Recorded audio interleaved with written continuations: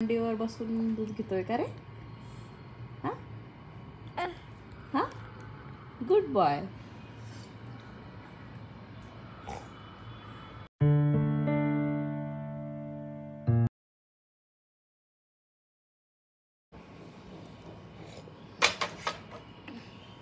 थोडस वर करा.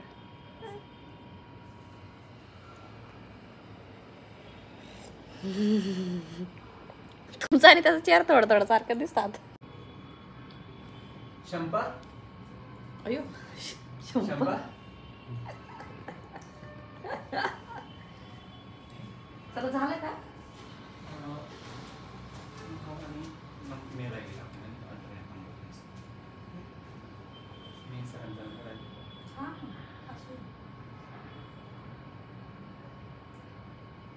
फर्स्ट नाव टाकलं तरी चालेल.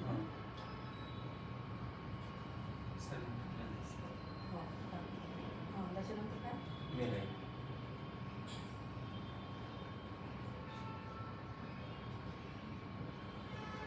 चहा घेतला का तुम्ही? चहा घेतला?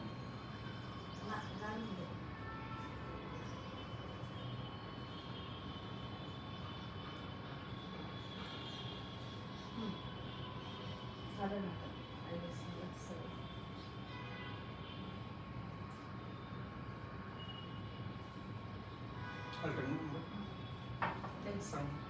मी टाकते.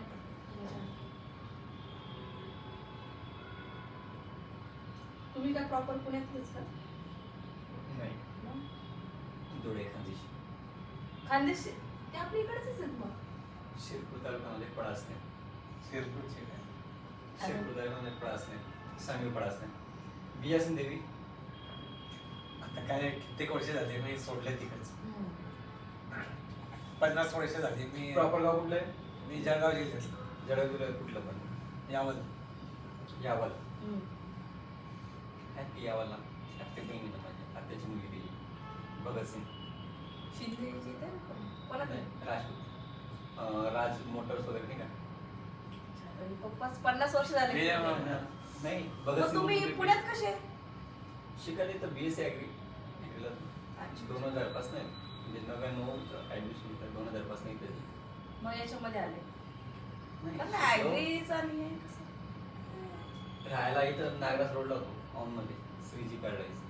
नाही तुम्ही मग याच्यात कसे आले? जर ऍग्रिकल्चर मधून एकदम सेल्स नाही, मार्केटिंग केलं मी. ऍक्च्युली घरी गावाकडे कॉलेज टाकले होते. चालू आहे का आता कॉलेज? बंद करून टाकलं ना. का? वर्कआउट नाही होतं. माझी इथून लाईन होती. इथं मी कॉलेज चालवायला घेतलेले होते. गणेश किल्ले का नाही का माळी प्रशिक्षण केंद्र. इथं मी 3 कॉलेज चालवायला घेतलेले होते कॉलेजमध्ये असताना. मग प्रॉफिट होतं. माझी गाडी इंदोरला इथून जायचं ना फुलं जरगडा खाण्याचं. माझ्या इथून अर्धे इथून भरायचो ना, अर्धे माझ्या घरून पाठवायचो. वडिलांनी ते थोडं बंद केलं. नाही म्हणे, मी त्यांना असं वाटलं की मी सोडून इथं येऊन जाईल बॉस. जॉईंट फॅमिली ती. तू हाय आता शिकलेला आहे तर बाहेरच राहा, तू इकडे कशाला येतो बॉस. पण मग तुम्ही गावाकडे पण केलं होतं का? मग ते गावाकडे कॉलेज टाकले होते मी. माझी क्लासमेट जी होती ना श्रद्धा साने म्हणून, जे कॉलेज मटेरियल सप्लाय करते, मला एकदम चिप मध्ये दिलेलं होतं. म्हणजे ते अजूनही करते का? अजूनही करते मटेरियल सप्लाय. कुठे राहते? पुण्यात. कोथरूड मध्ये कॉलेज मटेरियल सगळं सप्लाय करते.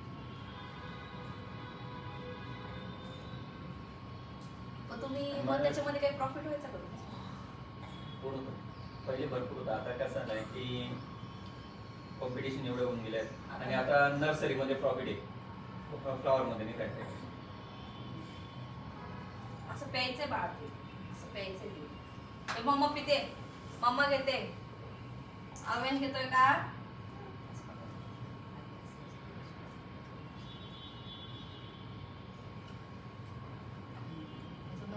म्हणजे कॉलेज मध्ये थोडक्यात फ्लॉवर्स मध्ये नाही राहिलं प्रॉफिट. त्याच्यामुळे नाही आता फक्त याच्यामध्ये. तुम्ही यात कसे आले याच्या मार्केटिंग मध्ये? काय थोडासा ऍग्रिकॉस गरम दिमाग अन्न तिथं डेली सोडून द्यायचं, काहीच करायचं नाही. सर्व सोडून फाडून फेकून दिलं तिथं जा म्हणजे निघायचं. इथं राहिलो हॉस्टेललाच राहिलो PG. नंतर मग खूपच कठीण. म्हणजे कसं असेल ना त्याच्यानंतर मग हे केलं मी मोबाईल शॉपमध्ये काम करतो. अच्छा. लाईन मध्ये जायचं नाही आता एकदा लाईन मध्ये जायचं नाही. आता कधीच नाही जाणार असं. त्याच्यानंतर मग मोबाईल शॉपिंग नंतर मग दुकान टाकलं होतं जसबुजा गणपती नाही का तिथे आम्ही तिघं भाऊ म्हणजे काकाचे मुलं आम्ही टाकलं होतं मेट्रो मोबाईल शॉपिंग म्हणून. आपलं शांती हार्डवेअर आहे ना त्या शेजारी दसबुजा गणपती नाही का त्या शेजारी नाही का शांती हार्डवेअर तिथंच टाकलं होतं. मग तेव्हा कॉपीराईटच्या याच्यामध्ये पोलिस यायची खूप त्रास द्यायला लागले ते. पण कॉपीराईटचं तुमचं काय पूर्वी मोबाईल शॉपमध्ये आमचं कसं सॉफ्टवेअर रिपेअरिंग सेल्स आणि सर्व्हिस पण होती ना. आणि पूर्वी कसं होतं आम्ही हे टाकलं होतं सांगतो 98 म्हणजे हे टाकलं होतं 2003 मध्ये टाकलं होतं आम्ही. मित्राला सांगून भाऊ माझ्या वाटचं एवढं करून घे तेवढं हे याच्यामध्ये तुमची सर्व डस्ट जी ना मायक्रोफाईन याच्यात जमवणार मायक्रोफाईन डस्ट हे झाडून पोचा मेन आहे मायक्रोफाईन डस्ट साठी जे हे हा कन्सेप्ट सर्व फॉरेनचा आहे. आपण काढायचं का पप्पा ते भेटत आहे. हे जे हा जो ब्रश साईडचं जे आहे ना ते आतमध्ये घेतो आणि FC रोलर ब्रश आहे हा फ्लोअर क्लिनिंग करायचं काम करतो. मेन याचं कन्सेप्ट आहे मायक्रोफाईन डस्ट सेन्सर आहे ते. अरे कधी कुठे जातो तो हा हे घे. पण कार्पेटला वगैरे आहे का युजफुल हो म्हणजे फक्त फ्लोअरला पण यूज ना हा. फक्त फ्लोअर साठी. आणि काय कॉस्ट आहे याची 33,100 आहे. ऑफर मध्ये तुम्हाला 26,499.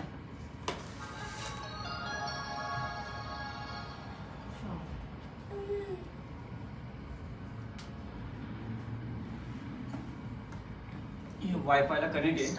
वायफायला कनेक्ट करून तुम्ही बाहेरनं पण ऑपरेट करू शकता. अच्छा. कुठून पण याला शेड्यूल करू शकता तुम्ही. शेड्यूल मध्ये म्हणजे बाबा हा, म्हणजे काय काय करायचं करायचं? हो म्हणजे स्क्वेअर घेतो तरी बॉर्डर शोधतो. काय आलं ते मशीन कसं फिरते बघ. पण त्याने मला नाही वाटत कार्पेटात एवढे खास स्किल होत असतील हे सगळे है ना.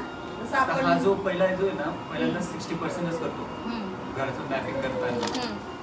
त्याच्यानंतर मग हे करेल 100%. एकदा सेव्ह झाला ना त्याला मॅप त्याचा याच्या पण झालं ना नेक्स्ट टाइम करताना 100%. जेव्हा आधी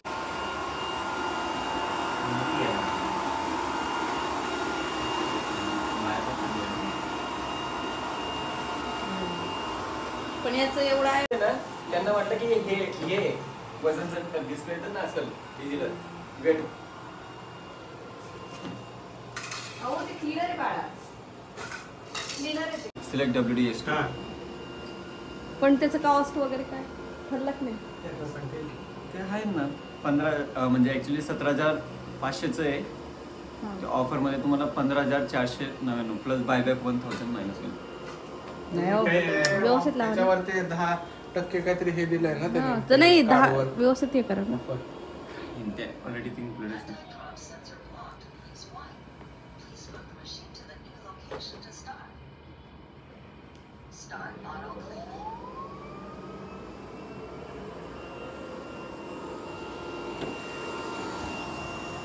काही यूजच नाही.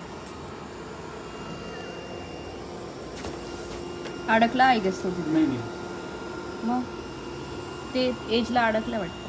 नाही ठीक आहे आपलंच बघा हे तर आम्ही नाही हे करत आहे. बघू नंतर याचं सांगा व्यवस्थित. तुमच्या मोबाईलला हे झालं सर OTP पप्पा बघा कुठे पहिले कॉस्ट फायनल करा व्यवस्थित. बाबा हा का तो? सिस्टीम जनरेटर याच्यात काहीच करतात नाही. काय हा ना? हा. Thank you for demonstration. Please share the code. 6342.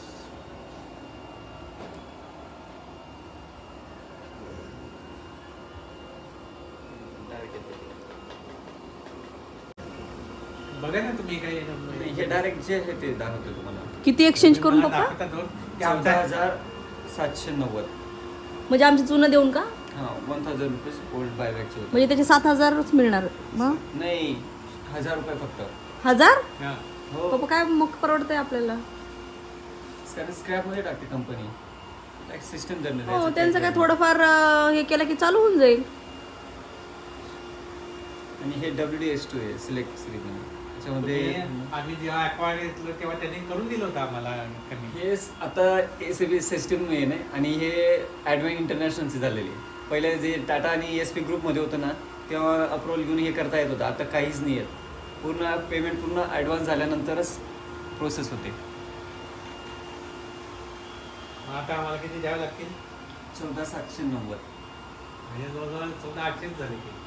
म्हणजे पप्पा असं झालं कसं ते झालं? होतात आणि क्लास ॲकोगार्डवर होतात किती 500 रुपये फक्त कंपनीने बायबॅक. जास्त दिली होती आम्हाला. बायबॅक नाही आमचं जुनं त्यांनी घेतलं आणि आम्हाला येणार दिलं.